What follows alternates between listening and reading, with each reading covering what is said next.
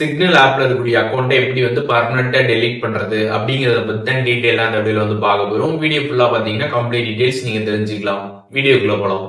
Signal app வந்து open பண்ணிடுங்க. Open பண்ணிட்டு சைடில் வந்து அக்கௌண்டோட ப்ரொஃபைல் இருக்கும், அதை கிளிக் பண்ணிடுங்க. கிளிக் பண்ணிட்டு செட்டிங்ஸ் பேஜ் வந்து ஓப்பன் ஆகிடும். இதில் வந்து அக்கௌண்ட் ஆப்ஷன் இருக்கும், அதை கிளிக் பண்ணிடுங்க.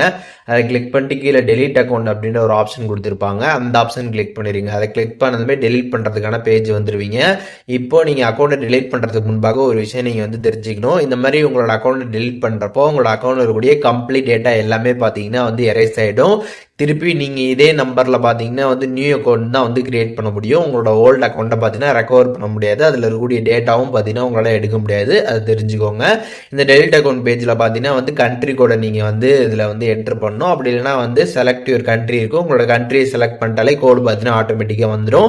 அதுக்கப்புறம் உங்களோட ஃபோன் நம்பரை நீங்கள் வந்து என்ட்ரு பண்ணிடணும். சிக்னல் இருக்கக்கூடிய ஃபோன் நம்பரை என்ட்ரு பண்ணிட்டு டெலிட் அக்கௌண்ட்டை கிளிக் பண்ணிடுங்க. கிளிக் பண்ணதுமே டெலிட் அக்கௌண்ட் அப்படின்ற ஆப்ஷன் வந்து காட்டும். அதை கிளிக் பண்ணதுமே பார்த்தீங்கன்னா உங்களோட அக்கௌண்ட் பார்த்தீங்கன்னா பர்மனெண்ட்டாக டெலிட் ஆகிடும். டெலிட் பண்ணதுக்கப்புறம் பார்த்தீங்கன்னா சிக்னலோட அந்த ஹோம் பேஜ் பார்த்தீங்கன்னா வந்துடும். நீங்கள் ஃபஸ்ட்டு லாகின் பண்ணப்போ எந்த பேஜ் வந்து இருந்துச்சோ அந்த பேஜ் பார்த்தீங்கன்னா வந்துடும்.